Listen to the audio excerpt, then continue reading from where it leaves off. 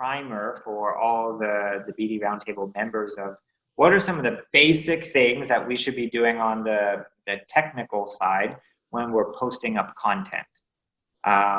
So that's kind of what we're going to be talking about. And this is a very Q&A style session. So Kaushik and Greg, if anyone has any questions, they can just jump in and we'll go where the conversation leads us. So maybe we'll start with Kaushik on the prep side, the keyword search side of things. All right, perfect. So like Will said, if you guys have any questions or if I'm going too fast, feel free to stop me at any time. And all right, so I'm going to go over basically what are keywords and why you need them. So, and then take things from there. So like Will mentioned, currently lawyers write articles and then the BD team has to make it less lawyery and make it more business friendly and then publish the content. But if we go that way, we don't know if there's actually any user intent and people are going to be reading our articles. So the correct way to approach it is the BD team does keyword research, does content marketing research, and then suggests it to the lawyers. And then they write articles because this way we know there's user intent. So to begin with the first question, what are keywords? Keywords are basically what people are searching for. And they're important because if you write an article which doesn't have the keywords or the words that people are searching for, your content won't appear on Google. And the goal of the website is to get a lot of visitors in and convert these visitors into leads. That's the entire purpose of a website. And so it's also about like branding and other stuff, but this is like the ultimate goal. So this is why keywords are really important. All so right, cool. Basically keywords, basically, like I said, when people are searching for something, it makes your content visible. And in order to go about keyword planning, so I took the example of mergers and acquisitions because this is more like the B2B style of like law firms, and it's more, I would say, more difficult to market. So let's say I want to find out what like the top keywords are. Hold on. So Kaushik, this is Keyword Planner, right? Yes, this is Google Keyword Planner, and you need to log in and create a free ad account, and then you can access the Keyword Planner. Yeah, so for the benefit of those who are watching this recording, I, for months, tried to find Keyword Planner. And I had my Google Analytics page, and I typed in the Google console and all this. So I found the Keyword Planner, but I didn't realize I had to make like an actual campaign and put in my credit card and all of that stuff first. You have to set up a campaign, and then you just don't activate it, right? Correct. You don't do anything. So you just have to put in the details to get access to the Keyword Planner. Yeah. Okay. So just set up an account first, and then you set up an ad campaign, right? And then you can get access to this. So you don't have to pay any money. Correct. Yeah. And that's right. Okay. I should have probably explained that before. No, but just because I was like, for months, I was like, what am I doing wrong? Why can't I access this? All the blogs are pointing me to it, but I can't find it. And then I realized you actually had to create a campaign to use it. So, okay. So once you found Keyword Planner, and if you guys can't access it, just let us know and we'll walk you through how to do that later. So once you have it, you type in your keywords. Correct. So type in the keywords relevant to your industry, set the language parameter and your location. So you can, initially, I'm going to go just for keywords. Later, we can go by domain as well. So you said it as US, but yes. Can we set it as like global? Oh, you can. So for the purpose of getting a large amount of search volume, this seems more appropriate, but then local search should totally work. So your goal is to find, so this is like the average monthly searches, and this is the overall competition. And these are the words that come up when you search for mergers and acquisitions, and acquisition. So can you move that keyword column over so we can see what what that's saying. It says IT companies. I'm assuming it's IT companies, mergers and acquisitions. So that means that people are going into Google and typing They are these actually search. typing these words. So M&A for dummies, right. mergers and Right. So these are the actual keywords that people are putting into Google to search for. And you can correct. see the competition means high. That means that there are lots and lots of people typing this exact phrase. That's correct. So if you're trying to get your website to get on first page of Google, this will be extremely difficult Very difficult. with So just these keywords. correct. So what you should look for is, so you can sort it. So T-Sprint, I don't know why. Sometimes Google messes up and shows you words that aren't relevant. So your goal is to look for the highest number of average monthly searches and somewhere between low and medium competition. That's the end. That's the ultimate zone to be in, but it'll be very difficult to do that. And so if you see over here, so these are the top of page bid and top page, so the low and the high range. These are for Google, the PPC ads. So these aren't for the regular keywords, but these are when you want to move into advertising. And what And is a similar, PPC ad? What does that mean for everyone? so if you go on Google, when you search something, usually the very first link at the top will be a paid link and it will say ad. Let me try finding something.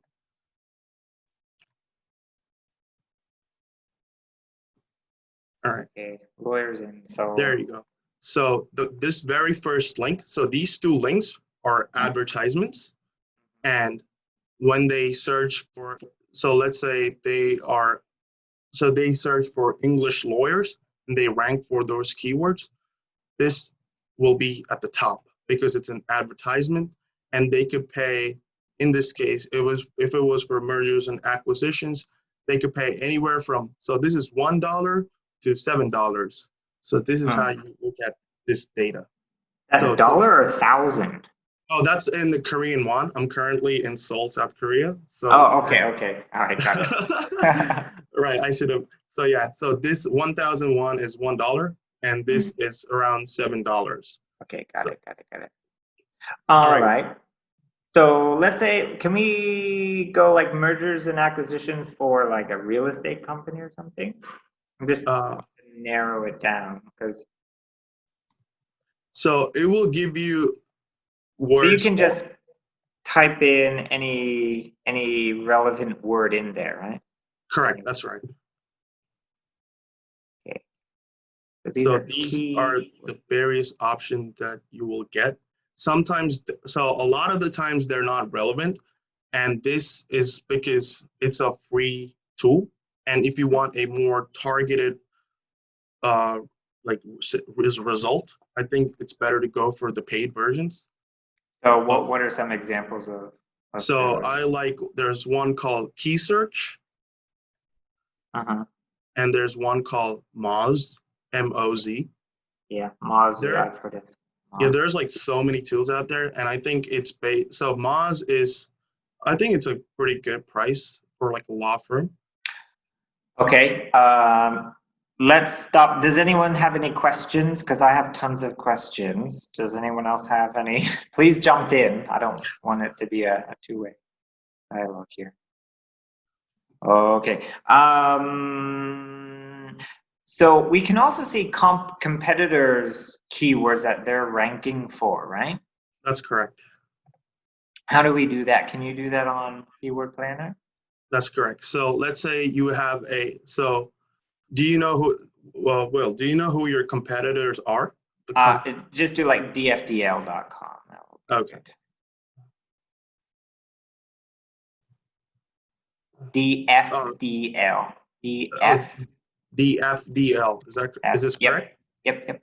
All right. So you go to start with the website and you go DF. So you can put your competitor's website or any relevant. Yes. So, and here you have two options. So you can either use the entire website Or let's say you want to find out what articles, so what keywords they're ranking for in a specific page or an article. You can also do that by inputting the URL specific to that page.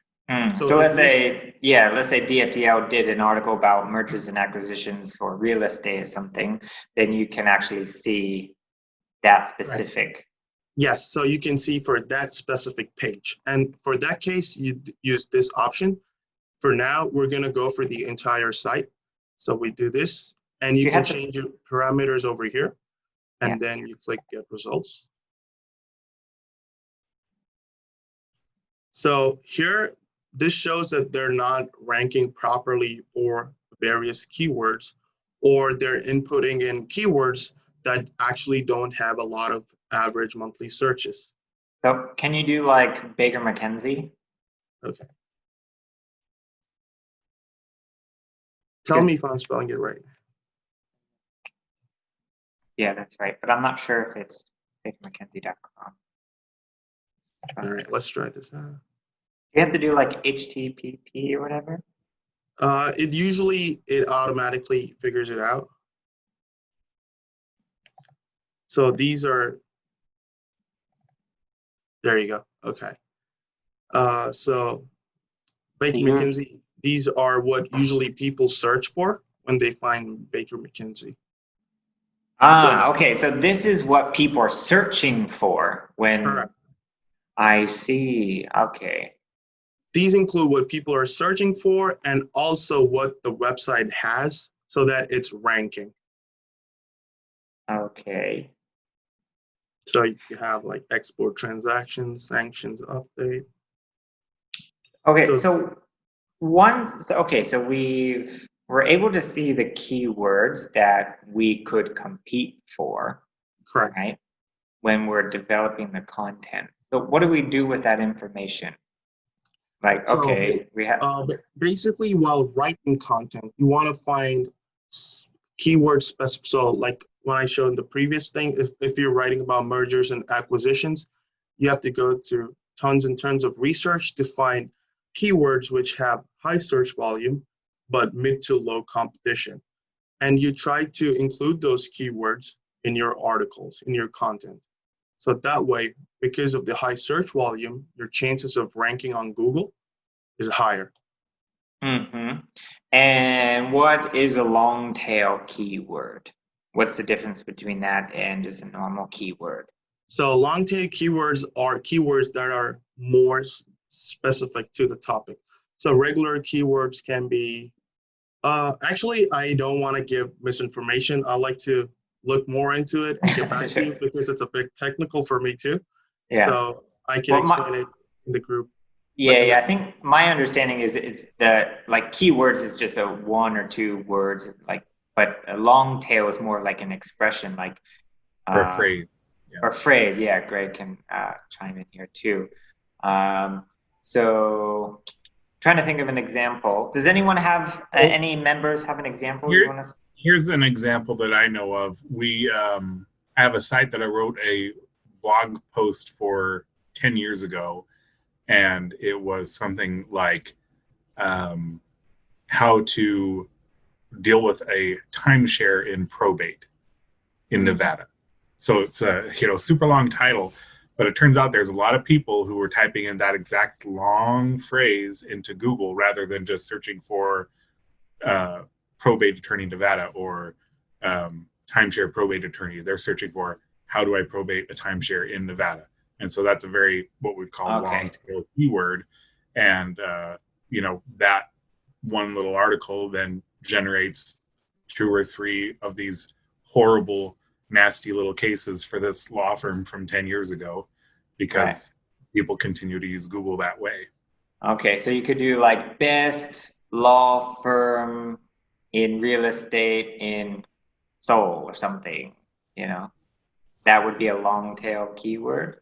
Yeah, that would be, less. Basically, the idea is you're looking to find something that's going to be less competitive than the core keyword, which is probably just something like attorneys in Seoul or something a huge category of things. You're looking to get very specific. And so you may have article after article that rephrases what you do in different ways. That says how to find an attorney in Seoul who loves to do this kind of lawsuit, and so it's quite lengthy and it won't pick up a lot of traffic, but you may be the only person in the whole world who has provided an answer to that question. Okay, and people are searching for that, but there's not the content. Yeah, people are searching for everything. So, Greg and Kaushik, so I think it's very clear that we should be doing this before the content is written, so we can kind of draft the content around that. That would be in a dream world. But if the BD members get an article, what should we do first? Should we look at the article? Let's say we've rewritten the article a bit. We made the title a bit sexier. We've rearranged it. What should we be doing with keywords? What's the next step? What would you recommend? So basically, you found the keywords related to that specific article, and you try to incorporate it in the content structure.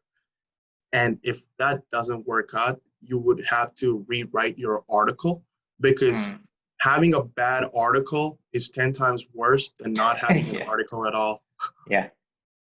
Okay. So we would literally just try and rework the expressions that we found, or rework those keywords into the content. Correct. Are there any tips on how to is duplication fine? Do we want to make sure the header has a certain keyword and then the first paragraph has a keyword, and then are there any recommendations on how to break it up in terms of subtitles and things? All right. So I was actually going to go through that in the next section, which is sure. How to structure your content. So I might as well do it right now. So if you're trying to do it for a specific article, so it has to follow common English language, and basically have an introduction with a very good title. And in the introduction, you always want to answer the question or the premises of the article. So let's say if your article was something like how to do a merger and acquisition, and basically in the introductory paragraph, you answer that question. And for the following article, for the rest of the article, you give details. So it makes it very good for it's called the rich snippet that you find on Google. So let me try to find an example, actually. Okay. And then we'll get into Greg as well once we actually post it using headers and tagging. Rich snippets. All right, let me.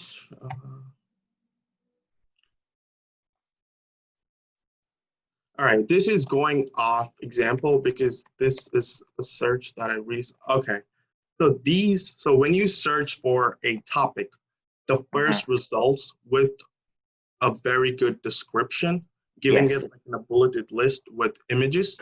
This is called the rich snippet. And the ultimate goal of any article is to be the rich snippet. It's to be over here. And how do we do it? Because this basically most of the clicks go to the first link.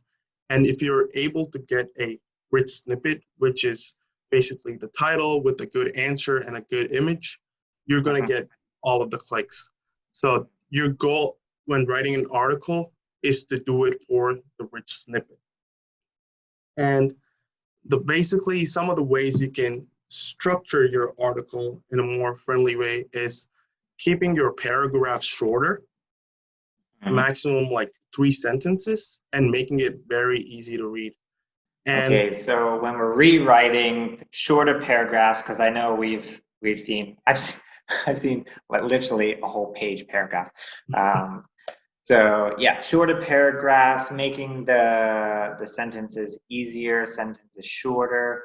How about the length of the article? Is there any sort of optimum length, or I heard more is better, but Right. So I would recommend a minimum of 800 characters.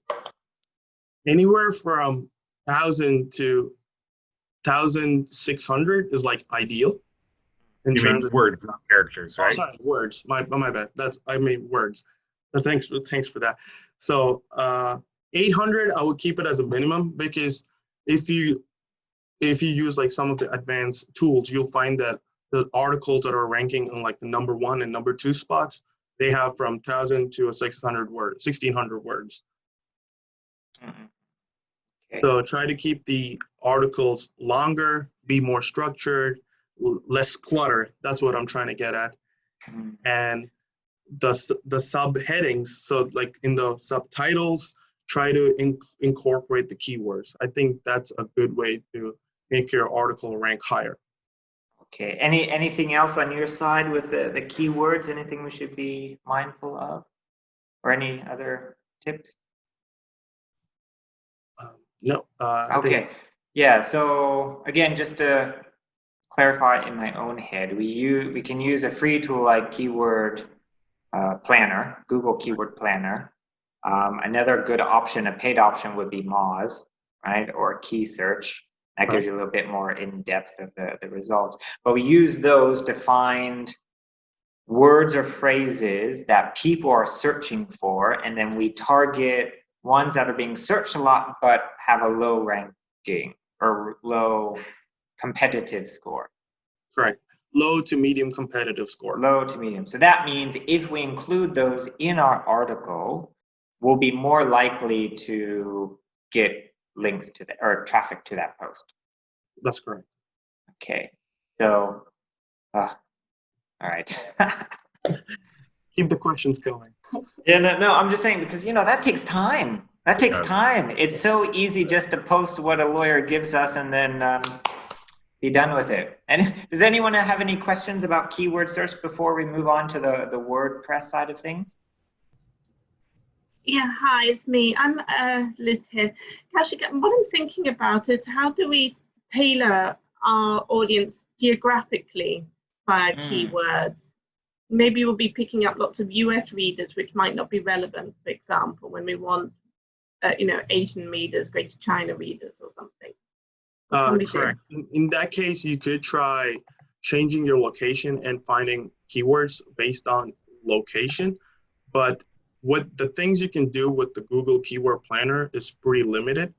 And like the paid tools are way better at targeting based on geographical location and even like within like particular city. So I think that's very useful. But this gives an overall idea of what they are searching in that country. Maybe like Hong Kong or something. All right. All right, let's go for the large.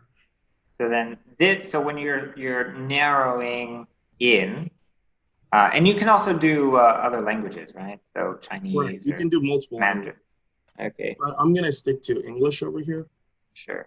But then this will just narrow in people in Hong Kong who are searching that phrase, right? Correct. That's right. Yeah. But how is mergers so low? Surely. But does that just mean someone is not going into Google just typing mergers? Correct. So like Mike said, they're using the long tail keywords instead of basically typing mergers, acquisitions. Mm-hmm. So these are results, and only 1,600 are available. I think if you use the paid ones, you'll get a lot more, and it'll be a lot more specific. But this is what people are searching for.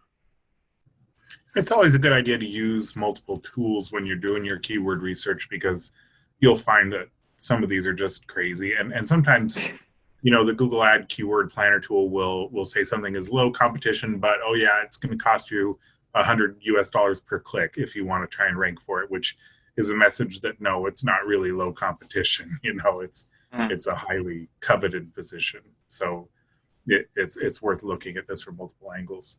Yeah, but you would say Keyword Planner is a good get your feet wet site, type of tool that we can start to use to look into it? Okay. I think if you're just trying to get into the SEO aspect of it and trying to make some of your articles better, Keyword Planner is like a really good start. Okay. All right. Any And other questions about keywords? Oh, sorry. Go ahead, Kaushik.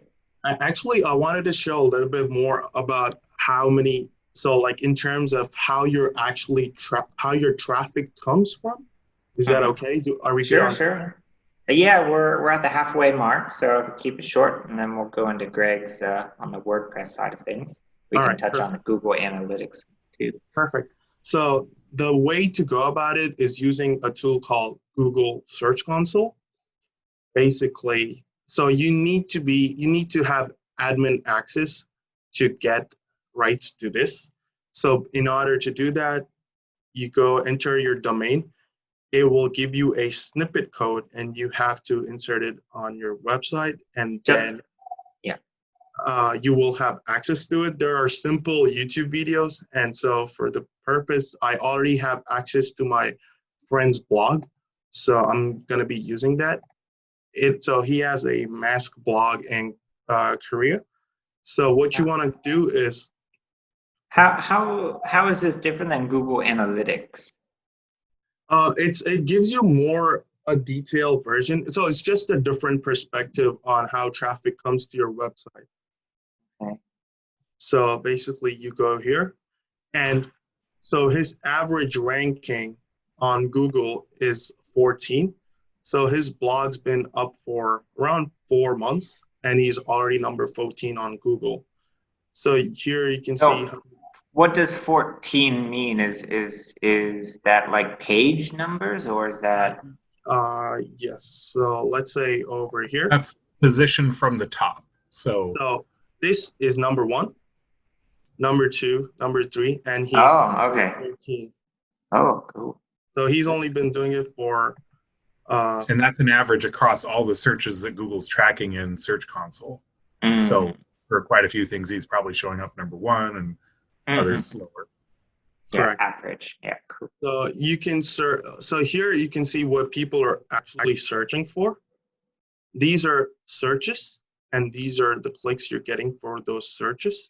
Okay, so this is how people are coming to your site and what they're using to search there. Okay. Correct. So when I first started, I had no idea how people, through what way people actually come to a website.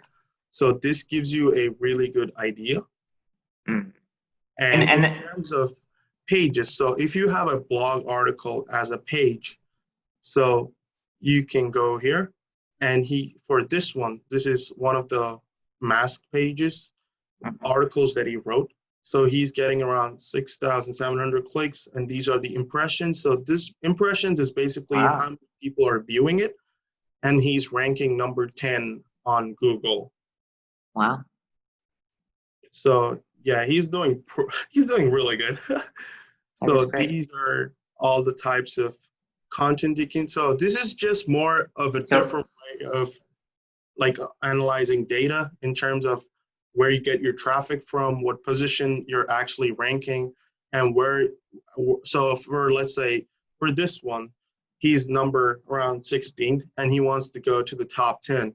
He knows that he has more work to do here and over here. So it's just another way of analyzing data and figuring out where there's some work to be done. Okay, so a BD manager would be able to, or the BD team would be able to look at their website, see which pages need a bit more work on, or which pages are doing well, and then you can start going into your WordPress site and editing those posts. That's correct. To beat them up. Okay, so with that, thanks, Kaushik. Let's head on over to the WordPress side of things. Greg, WordPress is a pain in my butt all the time. Seriously, but I know they don't. Nobody knows except you and me about what we went through with the BD Roundtable website. Oh yes, the BD Roundtable website. I'm still yes. We had I'm going to tell them we noticed that the site was loading really slowly, even even in Singapore where it was hosted. And I took a look at it and I thought, oh, maybe it's a hosting provider. And we tried moving it over to my server, and it did load faster, but it was still really slow. And we figured out that it was these plugins were just kind of fighting with each other. And as soon as we disabled the plugins, it loaded super fast. But it was, headaches until we figured that out. So I know WordPress can be a nightmare. The good news is that it can, and there are plugins out there that can make everything that Kaushik just talked about a lot quicker and easier for the people who are on the website. In particular, you've probably heard of, if you're involved with WordPress at all, things like Yoast SEO plugin or other similar plugins that they will add functionality to the site that will remind you to do the things that you have just learned that you should be doing, like setting a specific keyword for every article. I will, maybe I'll try doing a screen share. I haven't planned. Yeah. So if you can just sort of run us through, I think most of the people on here should have access to their firm's site and are actually posting things up, but plenty of people who will be watching this do. So kind of just walk us through, what are the key things that we need to be doing for, let's say, a legal alert. Let's just stick with a legal alert. What do we need to be doing? Okay. Post it. So let's say you've received it and you found the phrase or a topic in that text which you've decided to emphasize as the keyword for that blog post. And so you go through and you make a few tweaks to the text. So you're emphasizing it. You've mentioned it in the header, like you brought up, Will. You've made sure that the exact phrase is in there a couple of times. And then you go into WordPress or whatever content management system you're using. You're going to want to include that keyword in the title, and if possible in the URL of the blog post or the article. That's called the permalink, right? Yep. And WordPress will do that automatically. It'll try and make it match the title of the article. So if you've already got the keyword in the title, then you're in good shape. You'll probably want to include at least one image if you can, and have it be relevant. You don't want to just throw in if it's possible, and I know sometimes it's not with legal stuff, especially you run out of pictures of people holding forms and gavels and stuff. Yeah, gavels. There are a lot more resources nowadays than there used to be, but you want to you want to include what's called alt text. And alt text that is used by search engines for people who are visually impaired. So is that important? Because I always see it and I just sort of skip past it. So it's one of hundreds of ranking factors. So, okay. But it's an easy one. It's one of the few things you can control. So when we upload a photo into the media thing, should we be like naming that? Should we include a keyword in that name of that image?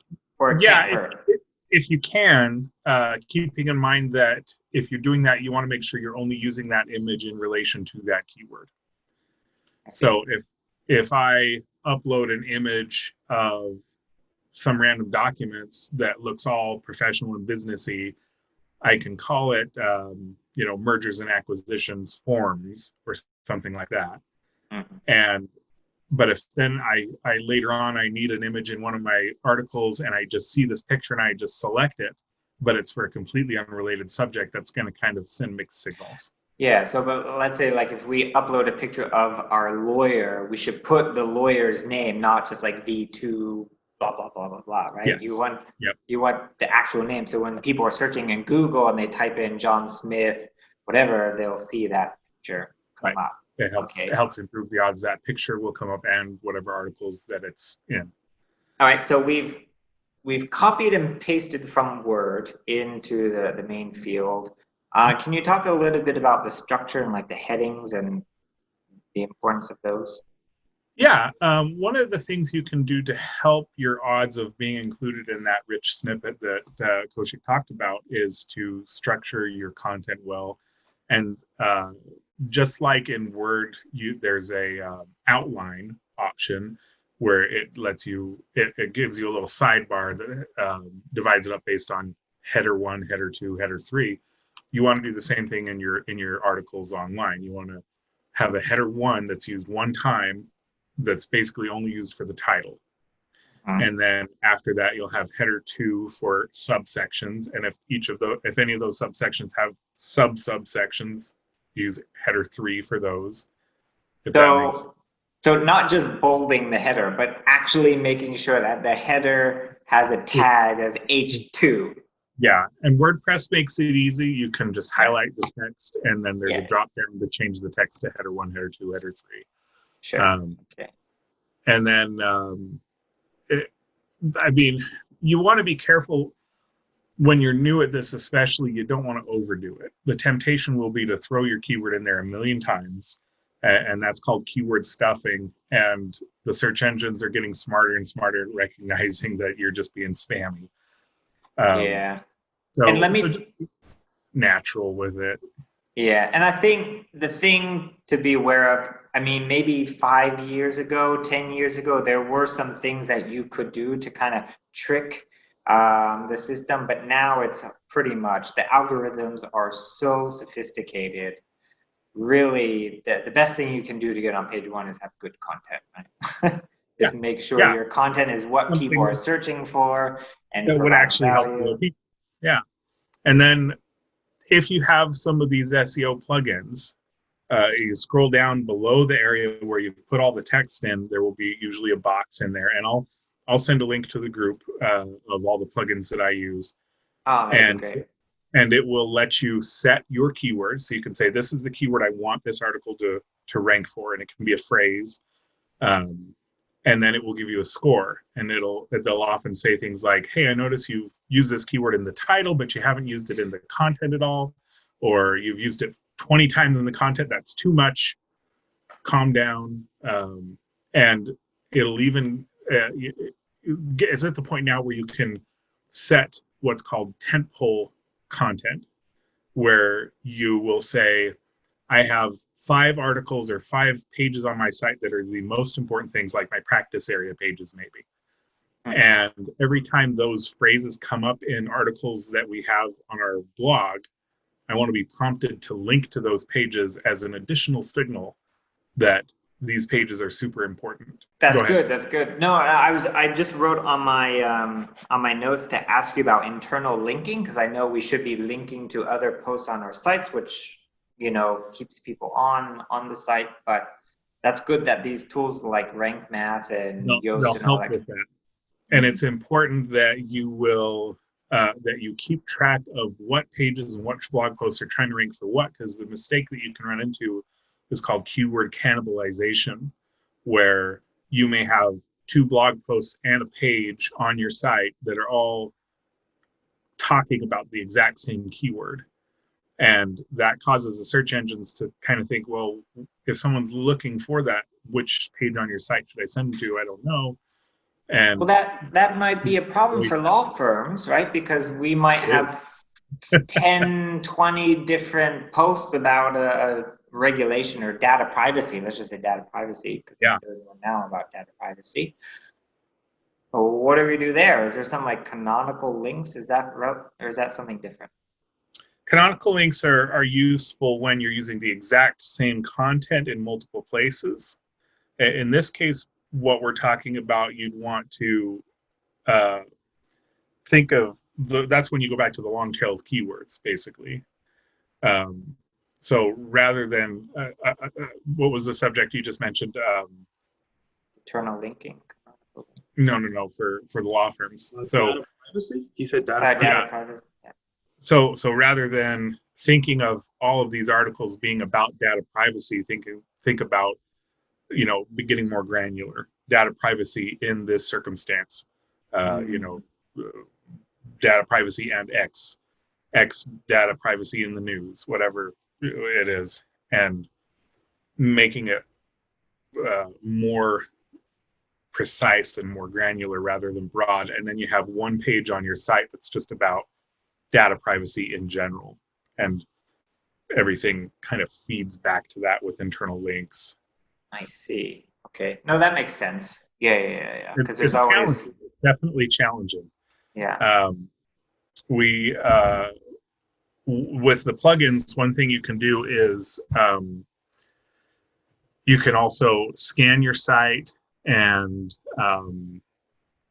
generate a spreadsheet so that you can go through every single page and assign, you know, here's what my keywords are for each single page, and keep that as kind of your Bible of where you're going to put data. And the other thing that the Greg, sorry. You can tell the person who's behind you they can move across and don't need to crawl. It's okay. he was embarrassed. Hello, hi. But it's working from home, I guess. The other thing that the plugins will do is will help amplify your chances of being a rich snippet by letting you do things called structured data, where you can tell Google this is a how-to article, or this is a, you know, and here's the individual steps, so that it doesn't have to guess what steps you're providing. You're saying explicitly, step 1 is do this, step 2 is do that, step 3 is do that, and you don't have to know the code to do that. And that increases the odds that you'll get a huge amount of real estate in the search engines. Okay. Anything else on the WordPress thing that we should be doing as before we hit the publish button? The other thing is making sure that you have your title and your description how you like it, which is what appears in the search results. And every SEO plugin will help you do that. Okay. One question though, I've had my struggles with tables, because a lot of our content, we have tables and, you know, how would you recommend we approach that? Like, should I just go and just do the HTML myself, or do you have, I'm sure there's a plugin for tables, but any thoughts on how that affects the search engine optimization? Tables don't hurt search engine function, and you can use it to, again, there are some rich snippets out there that show up in search results that rely on tables, so it's a good thing to know about. I don't know offhand of a good plugin, but I have used I've used a few of them. I just can't think of any offhand. Because what I've been doing, I found some website online where you just put in the table from Word, and then it converts it to HTML, and then you just copy that into your post, and it seems to work okay because you can format the colors and whatnot. Yeah, that sounds pretty good. Yeah, I've gotten to the point where I've just started embedding like Google spreadsheets and stuff rather than. But the thing not to do is take a picture of the table and add that in, right? Right. Okay, because Google cannot read that, right? All right. And well, maybe they can. With Word, when you're pasting out of Word into WordPress or any content management system, it's going to be tempting to just paste it in. You should probably get in the habit of pasting it, like right-clicking, and rather than clicking paste, say paste as plain text. And you lose a lot of formatting, but then you have a lot of control of getting it formatted exactly how you want. And you don't get a bunch of hidden code that Word is thrown into your system. Okay. All right. Good. Anyone have any questions for Greg and Kaushik so far? Do you guys actually post stuff on the website? Liz, Jennifer, Rajan, are you guys actively doing this? Yes, we post. This is Jennifer. We post at WCP. And are you cognizant of keyword searches on your posts, or do you just kind of post what the lawyers give you? We generally post what the lawyers give us and then have a look. But this is relatively new for us. How about Liz? Anything from your side? Well, I moved out of law firms and went for an alternative legal service provider, and we were very much into the digital marketing side of things. But what I find personally is that I haven't done it for a couple of years, and it gets rusty. It's just something you have to do and develop. It's like a practice. So I'm already rusty, and I'm finding this very helpful because my corporate website is WordPress. So thank you very much. In fact, I have a question, Greg. You mentioned a plugin, and I missed its name. There's a few options out there. Yoast is really popular, but I don't like it as much as it's tend to. For me, I've seen it get in conflict with other plugins quite a bit. So I've been using Rank Math is the name of the one I've been using recently. Yeah, that's a good one. I just got rid of Yoast and used Rank Math for BDRoundtable.com, and I like it so far. I haven't played around with it too much, but yeah. That's very helpful. Thank you. Of course. And I think all of this applies to every industry, right? Pretty much every website. But I think for and not just WordPress either. It's just that WordPress has the plugins that let you do it more easily. Yeah. I think where law firms are a bit unique is typically the firms operate where, there's a new regulation out. The lawyer will write about that, and then they'll send that to clients as a newsletter in email, and then that gets posted on the website. And that's the extent of their content marketing, right? There's no thought to any sort of campaigns. There's no proactive content generation. And that's something that I think we need to change. And that's something that I'm trying to do at Zico. You guys, if you're not familiar with the website Legal Vision, check it out, legalvision.com.au. It's an Australian-based law firm. We're going to be having their, not CEO, but someone from Legal Vision on the roundtable to talk about how they produce content. But what they were saying is basically all the lawyers take 20 minutes a week or month or something just to write content. And then that gets, fed into this big machine, and then it, gets recycled and repurposed. And they have a very sophisticated process, and something that all firms would be envious of. But for our mid-tier firms with only one BD manager, that's a lot to do. This is sort of a full-time job, just doing this sort of stuff, right? So these tools will help. How about Vicky, Daphne, any comments? Do you guys do any proactive work on this stuff? No, I mean, I think one of the other Liz said, typically it's just posting what the lawyers give. I think the closest probably it's not SEO, but doing things like LinkedIn posts, trying sort of the hashtags and things. But even that is still fairly basic and sort of uneducated, as it were. Yeah. You bring up a good side about social media. So, Greg, Kaushik, is there anything that we should be doing? Because usually we post on the website, and then we share that link on social media. So, do any of the LinkedIn algorithms favor some practices over another? So for LinkedIn, let's say you wrote an article on your website and you want to share it on LinkedIn. So give a text in the description box. Never link the link to your article in the description box. Link it as a first comment, because every social media platform doesn't want you leaving its platform. So that way it kind of tricks the algorithm.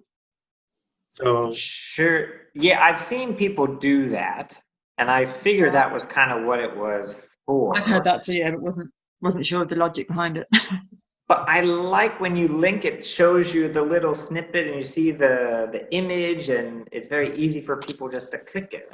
I think it's better for you to upload the image, give a description in the text box, and then link it in the first comment. Because LinkedIn, I'm talking just about LinkedIn, and it applies to like other platforms too, but they basically got your reach with the machete, and that's not something you want. So yeah, always link it in the comment box. Okay, well, next week, for those of you on the call here, we have an interview with Ian Mountford. He's a social media guru. So I'll certainly be bringing that up on the call. So please join. So what you're saying, you post the whole article or just maybe one or two paragraphs like a teaser content, and then you say, so check the first. It doesn't even have to be related to content. So you could do that, or you could just say, okay, I wrote an article about XYZ, and here's the link to it. And then you just link it in the comment box. So let me try to find an example. No, I've seen people Okay, do that, but I haven't seen any law firms do that.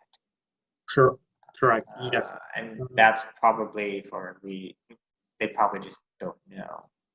Well, you can be the first. Still using fax machines too, so I wouldn't use them as a guide for. Oh, don't get me started on fax machines. I have a whole argument about, do we need a fax machine number on our website?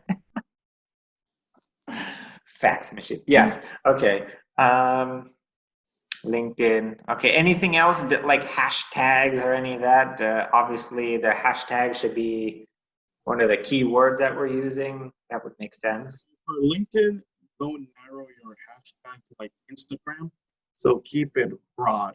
So let's say if in my case, if I were writing an article about like very intricate technical details involving SEO, I would just say hashtag SEO. I wouldn't go into any of the details. I wouldn't go hashtag rich snippet, hashtag metadata.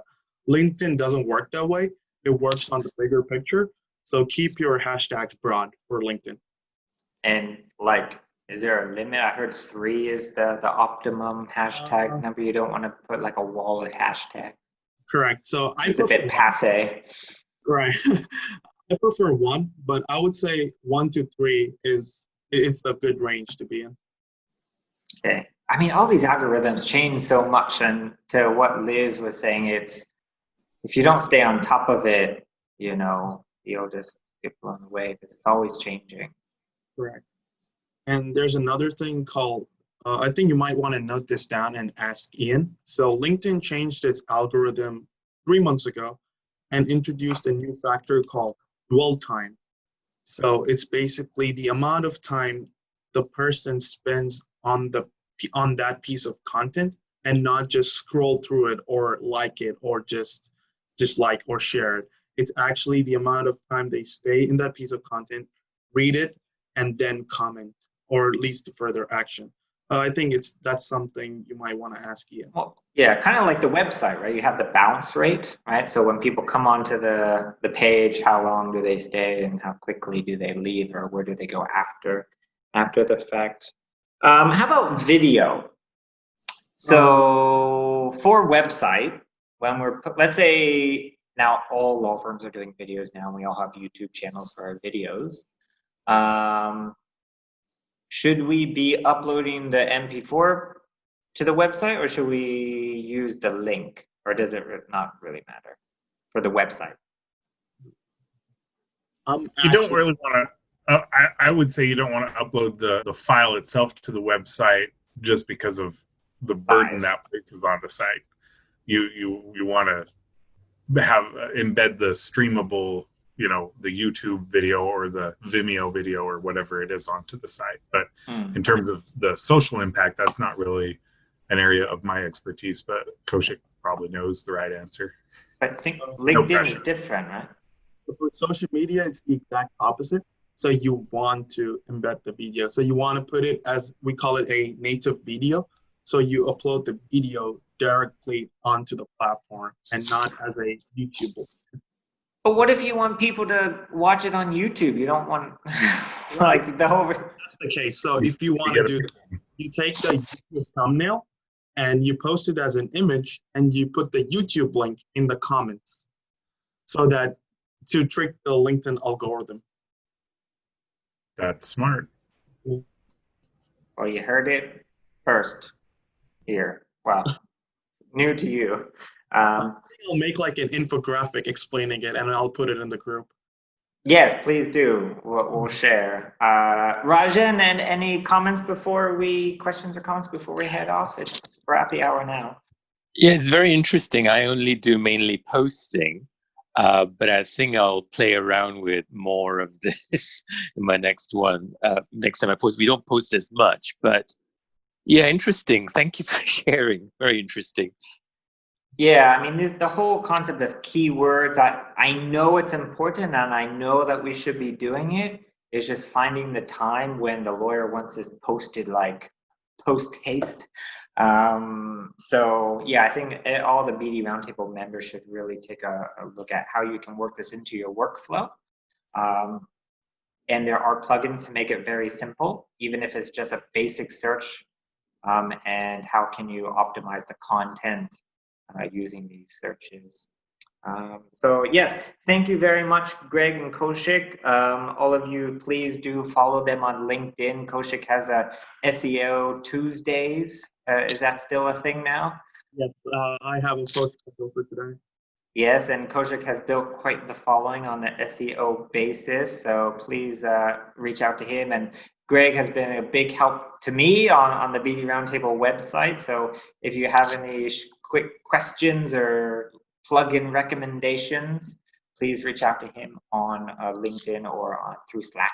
They're both very active on Slack. So thank you guys for your time. It was a pleasure. Thank you. Thank you.